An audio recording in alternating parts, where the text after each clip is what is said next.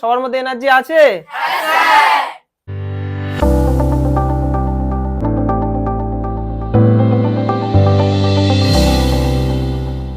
আচ্ছা, সবার আগে বুঝে নাও ফ্রেজ আর ক্লজ কি। আমি বলি আমার কাছে তো অনেকে ইংলিশ গ্রামার অনেক দিন ধরে করছে, তারা আমার থেকে ফ্রেজ ক্লজ এর আগেও বুঝে ফেলেছে, আমি জানি।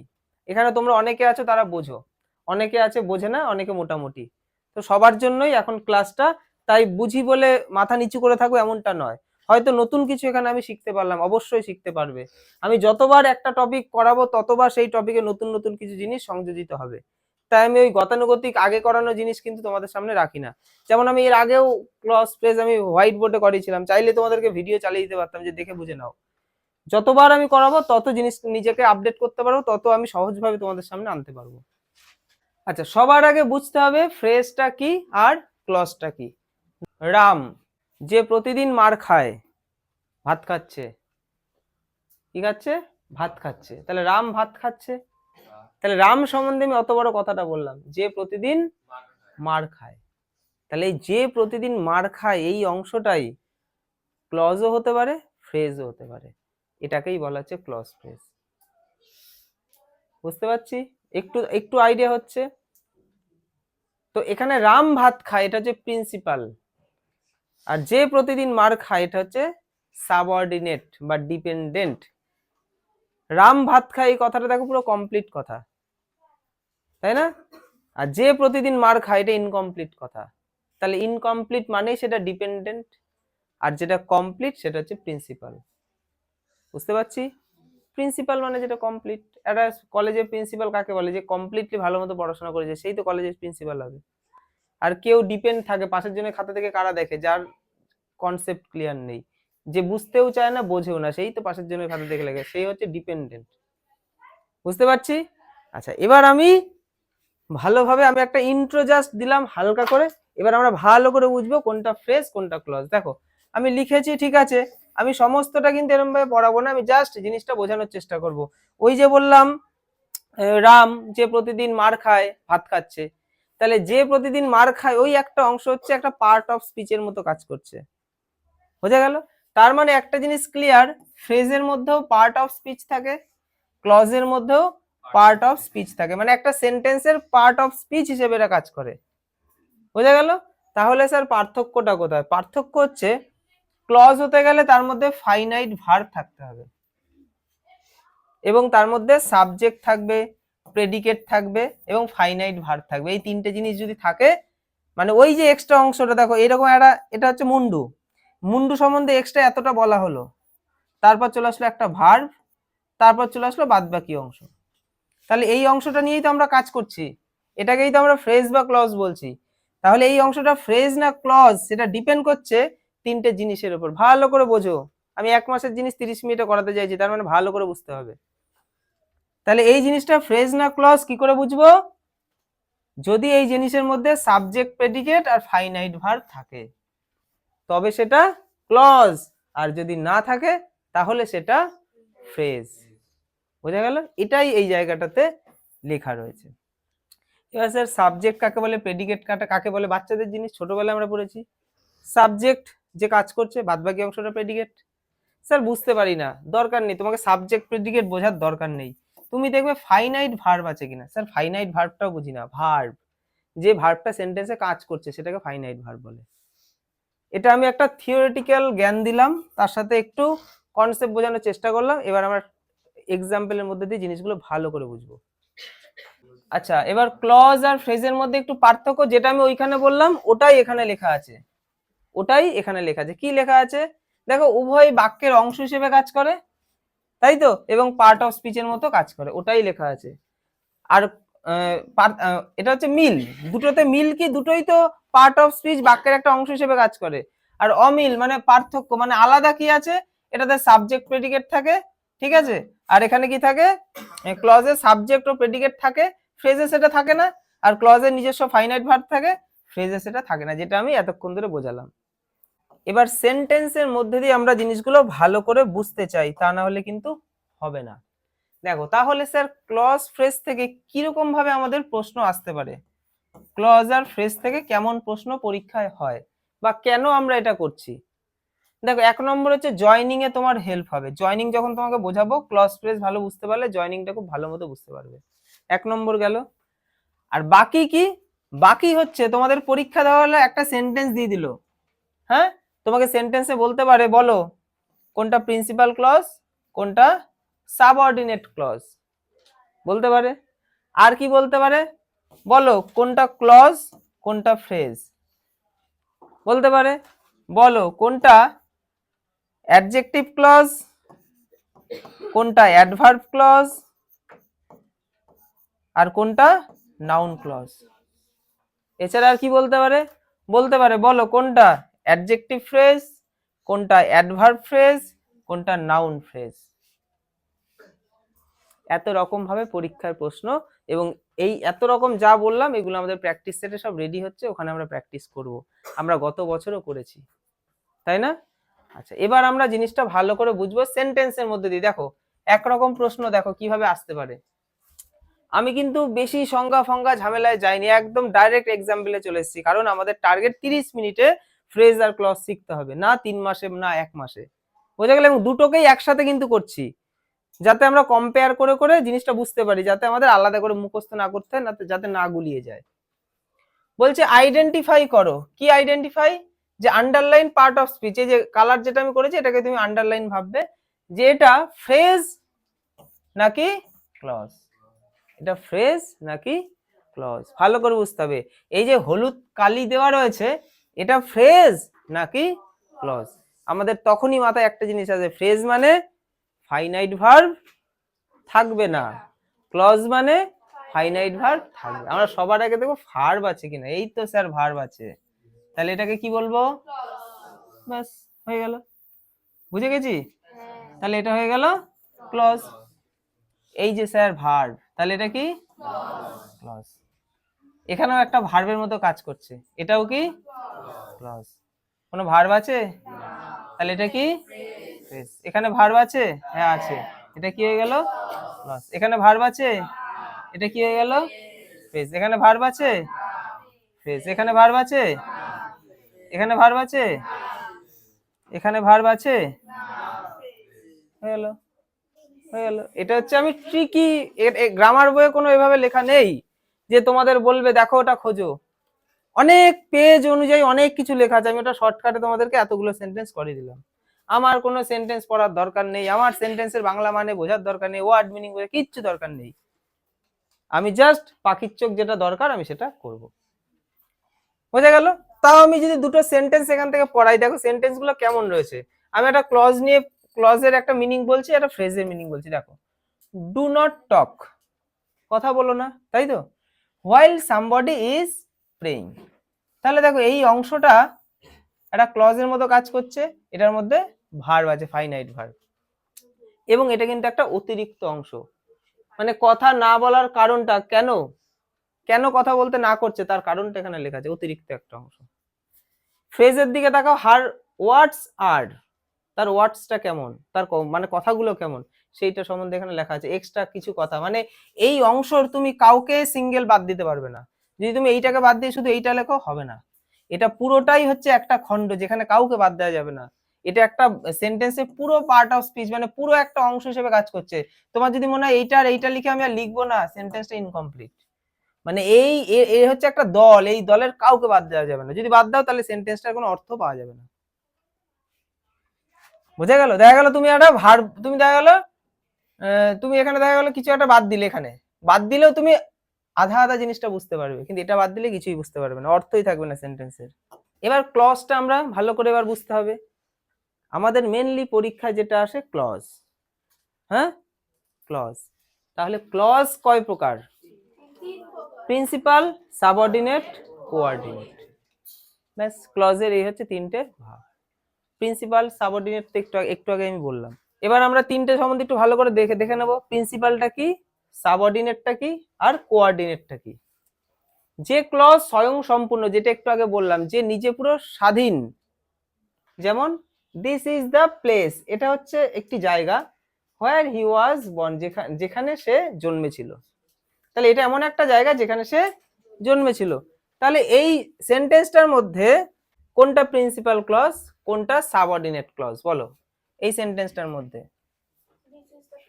তাহলে দিস ইজ দ্য প্লেস, এটা হচ্ছে প্রিন্সিপাল ক্লজ। কেন? কারণ এই অংশটা এটার উপর ডিপেন্ডেন্ট করে নেই। ভালো করে দেখো, দিস ইজ দ্য প্লেস, এটা হচ্ছে সেই জায়গাটা বা জায়গাটা। বাকিটা তুমি না বললে একটা আইডিয়া হয়ে গেল, এবার বললে ডিটেলস পাওয়া গেল। এবার যদি দেখো পরের অংশটা দেখো, এ কি এ কোনোভাবেই কিন্তু এর উপর ডিপেন্ড করে নেই, কিন্তু এ ডিপেন্ড করে আছে। দেখো, হোয়ার হি ওয়াজ বর্ন।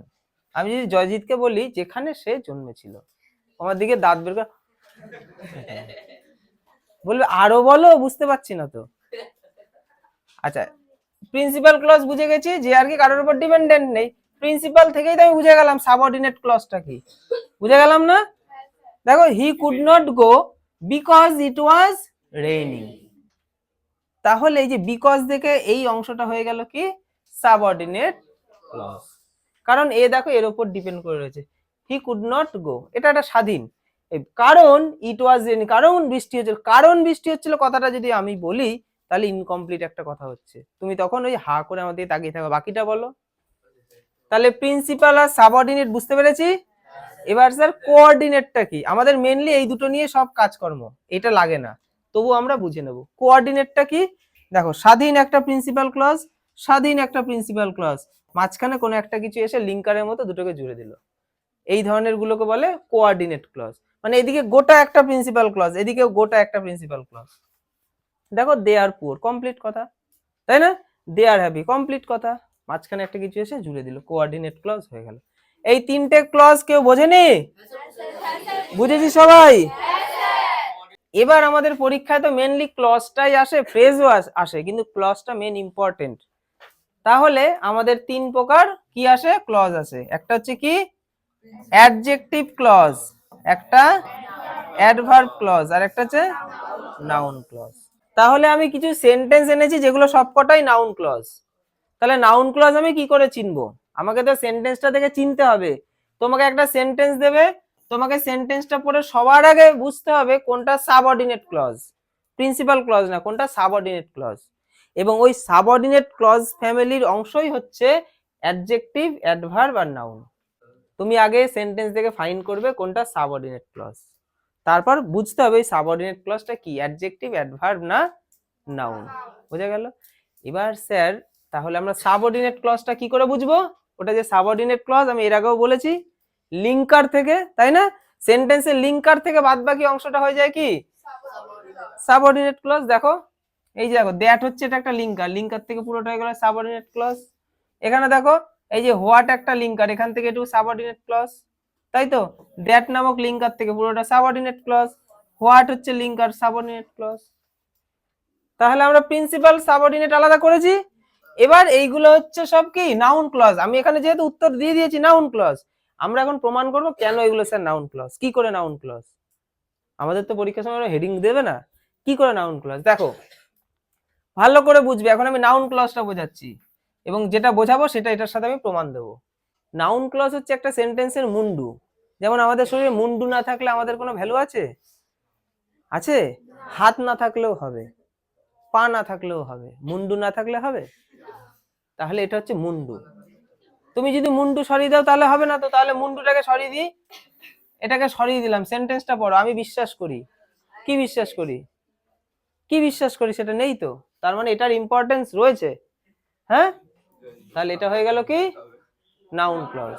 হোয়াট, এখানে দেখো, ইজ ট্রু, হয় সত্যি, কি হয় সত্যি, তাহলে মুন্ডু দরকার তো, নাউন ক্লজ। তারপর দেখো, ইট ইজ শিওর, এটা নিশ্চিত, কি নিশ্চিত, দ্যাট হি উইল পাস, এটা দরকার আছে, তা না হলে এখানে বোঝা যাচ্ছে না কিছু। তারপর দেখো, লিসেন টু, শোনো, কি শোনো, শোনোটা কি, হোয়াট হি সেজ, যেটা সে বলছে। তাহলে এখানে সবকটা মুন্ডুকে আমি বাদ দিলে কিন্তু সেন্টেন্সটার কোনো অর্থই থাকছে না, তাহলে মুন্ডুর প্রয়োজন। তাহলে মুন্ডু হিসেবে যেগুলো কাজ করবে সেগুলো হয়ে যাবে আমাদের নাউন ক্লজ। বুঝেছি সবাই? আচ্ছা, আরো কটা সেন্টেন্স এখানে রয়েছে দেখো, এই যে দ্যাট হি ইজ ডেড, ঠিক আছে, তাহলে এটাও কিন্তু নাউন ক্লজের মধ্যেই পড়ছে। এই যে নিউজ সম্বন্ধে জিনিসটা বলছে, মানে এটা বুঝবে, এটাতে অনেকে বুঝবে স্যার তুমি যেটা বলছো সেটা এখানে মিলছে না। দেখো, the news is not true, খবরটা সত্যি নয়, এটা একটা প্রিন্সিপাল ক্লজ, তাই তো? দ্যাট থেকেই পুরোটা হয়ে গেল কি সাবঅর্ডিনেট ক্লজ, এবং এটাকে আমি বলছি কি নাউন ক্লজ। কেন? কারণ এটাও কিন্তু ইম্পর্টেন্স। কারণ দেখো এই নিউজটাকে তুমি যদি নিউজটা সম্বন্ধে কিন্তু এই কথাটা পুরোটা বলছে, নিউজটারই একটা পার্ট, নিউজটাও যা এটাও তাই। এই যে he is dead is not true, তাহলে আমি যদি নিউজ কথাটাকে বাদ দিয়ে দিই, যদি এইটুকু রাখি তাহলেই হবে, তাহলে তুমি বুঝে যাবে। আচ্ছা তারপর দেখো এটাও তাই, এই দিস ইজ কি, এখান থেকে পুরোটা হচ্ছে সেটা, তাহলে এটাও হয়ে গেল নাউন ক্লজ। তাহলে মুন্ডু মানেই কি নাউন ক্লজ। আচ্ছা এবার আমরা শিখবো অ্যাডজেক্টিভ ক্লজ। আমরা একটা শিখে ফেলেছি অ্যাডজেক্টিভ ক্লজ। দেখো অ্যাডজেক্টিভ ক্লজটা কি, অ্যাডজেক্টিভটা আমরা বুঝি নাউন বা প্রোনাউনের দোষ গুণকে কি বলে। আচ্ছা তাহলে স্যার কিভাবে এগুলো বুঝবো, দেখো প্রথম তোমাদের কি করতে হবে, প্রথম করতে হবে সাবঅর্ডিনেট ক্লজকে ফাইন্ড করতে হবে। সেটা কিভাবে, লিঙ্কার থেকে কিছুটা যাবে, যেখানে গিয়ে একটা অংশ কমপ্লিট হচ্ছে, সেইটা হচ্ছে কি সাবঅর্ডিনেট ক্লজ বা ডিপেন্ডেন্ট ক্লজ, বোঝা গেল। এবার এই অংশটা অ্যাডজেক্টিভ ক্লজ স্যার বলছে প্রমাণ দাও।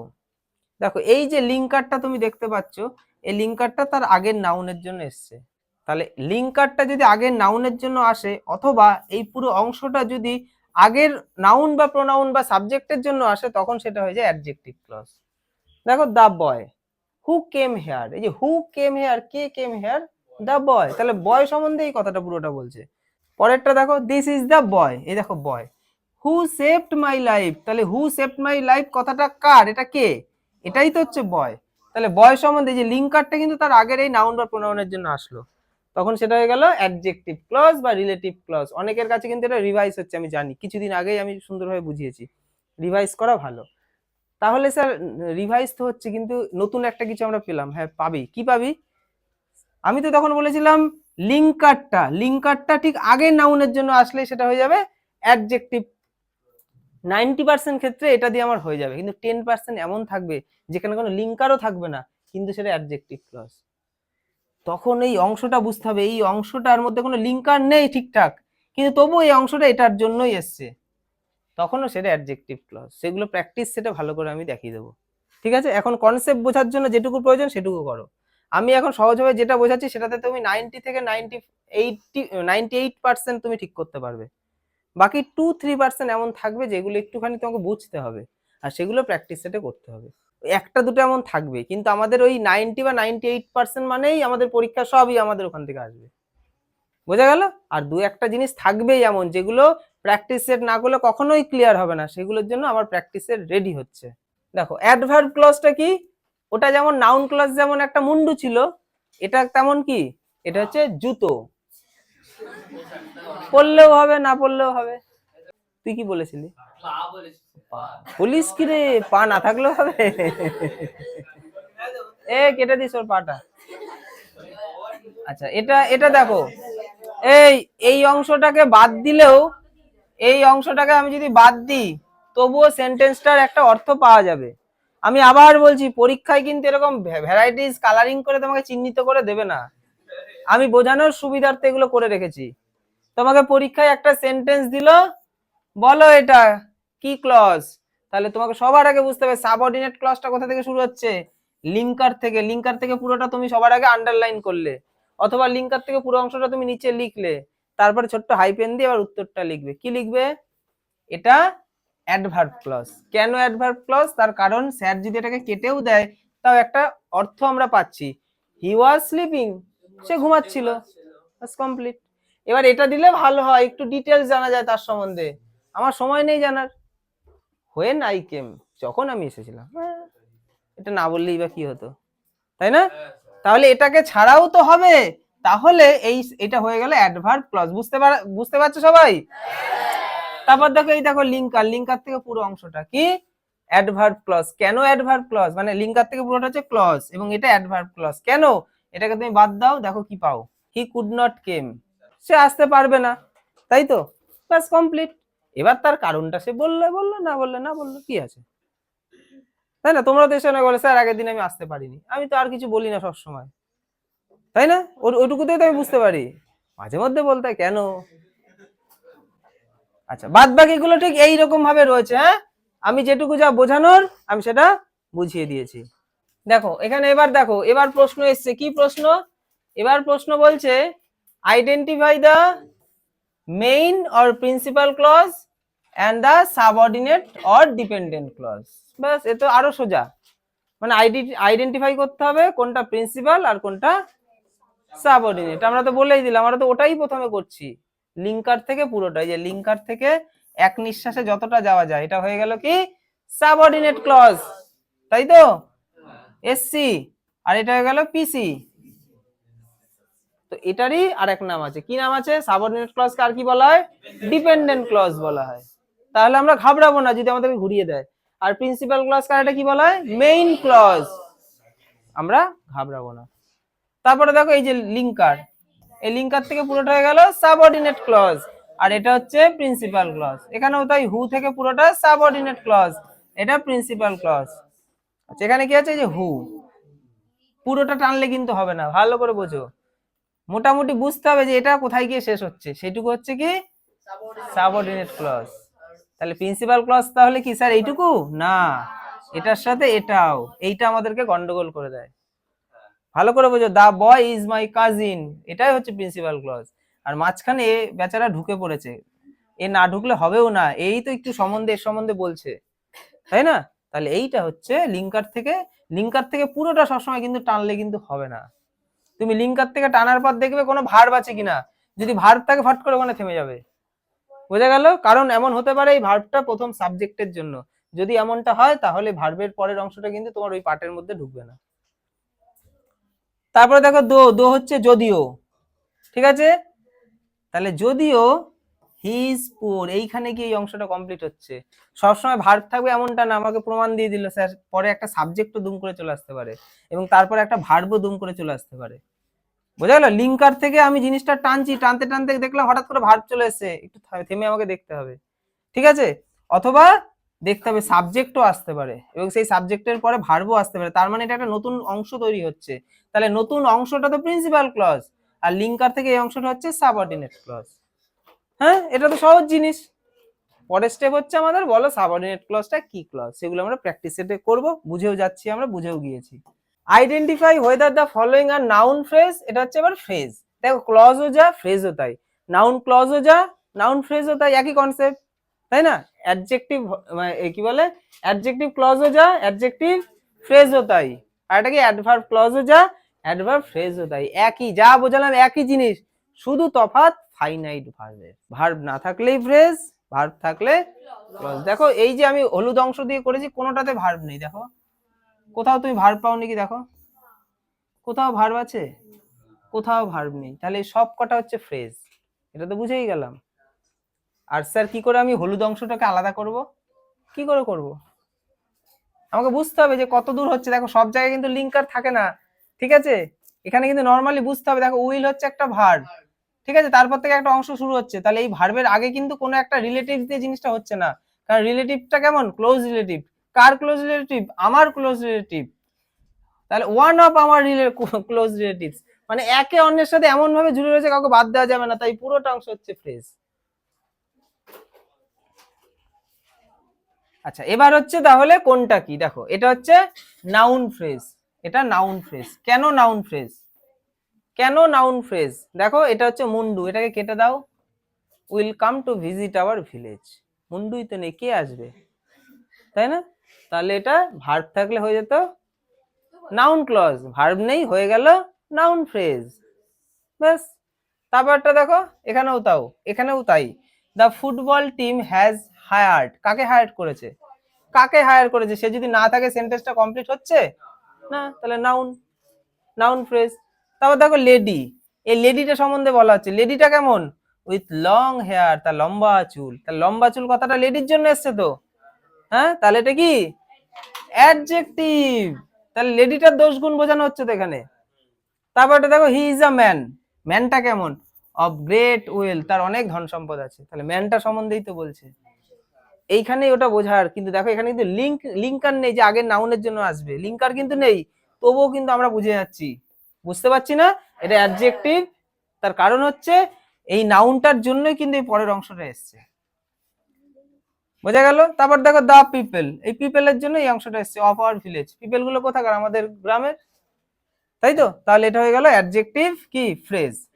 তারপর দিস ইজ আ কোশ্চেন, ঠিক আছে, কোশ্চেনটা সম্বন্ধে বলা হচ্ছে অফ গ্রেট ইম্পর্টেন্স, খুব গুরুত্বপূর্ণ প্রশ্ন। তাহলে এই যে কোশ্চেন নামক এই নাউনটার জন্য এই অংশটা এসছে, তাহলে অ্যাডজেক্টিভ। তারপর দেখো he could speak English, say English বলতে পারতো। কুড আছে তো, ক্যান মানে পারে, কুড মানে পারতো, তাহলে এখানে গিয়ে কমপ্লিট হয়ে গেল তো, এই অংশটা না দিলেও তো হবে। হ্যাঁ, এটা হচ্ছে ইনাফ ফ্লুয়েন্ট ম্যানার, খুব দারুণ ভাবে পরিষ্কার করে বলতে পারে, তাহলে এটা না হলেও হতো, তাই তো? তাই এটা কি হলো, অ্যাডভার্ব ফ্রেজ। ফ্রেজ তো, ক্লজ না তো, এখানে কোনো ভার্ব আছে? পুরো কনসেপ্ট বোঝাতে পেরেছি আমি যেটা চেয়েছি? আমি কিন্তু একেবারে ফ্রেজ এবং ক্লজ দুটোই বুঝিয়েছি। তোমরা বিভিন্ন গ্রামার বই খুঁজবে বা বের করবে, সেখানে দেখবে ফ্রেজের আলাদা অধ্যায়, ক্লজের আলাদা অধ্যায়, তারপর প্র্যাকটিস দিয়ে মনে হবে বাবা এই তো আমার 2 মাস লাগবে করতে। আমি একটা ক্লাসে করিয়েছি, যাদের ব্রেন খুব স্ট্রং, যারা বেসিক খুব মানে স্ট্রং, যাদের যারা ক্যাচ করতে পারে একবারে, তাদের ক্যাচ হয়ে গেছে, তারা চাইলে বাড়িতে গিয়ে আরেকবার রিভাইজ করতে পারে। আর যারা একটু দুর্বল, কোনো সমস্যা নেই, বাড়িতে গিয়ে এই ভিডিওটা আপলোড করা হবে, তোমরা বাড়িতে ওটাকে ধীরে ধীরে একবার কি দুবার দেখো আমি কি বলতে চাইলাম। এখানে কিন্তু আমি ফ্রেজ বুঝিয়েছি, এখানে আমি ক্লজ বুঝিয়েছি, তাদের পার্থক্য বুঝিয়েছি, কনসেপ্ট একই জিনিসের মধ্যে এনেছি। এখন পুরো ক্লাসটা আমি আর রিভাইজ করবো না, তোমরা পুরো ক্লাসটা করে নিজেরা শর্ট নোটস বানিয়ে নেবে, যেটা দেখলে তুমি দুটো সম্বন্ধে ভালো মতো বুঝতে পারবে, যে এখানে স্যার বললো ফ্রেজ কি, ক্লজ কি, ঠিক আছে, সমস্ত কিছু আমি আর বলতে চাইছি না। ঠিক আছে, তো সবার তাহলে ভালো লেগেছে তো? আজকের ক্লাস এখানেই।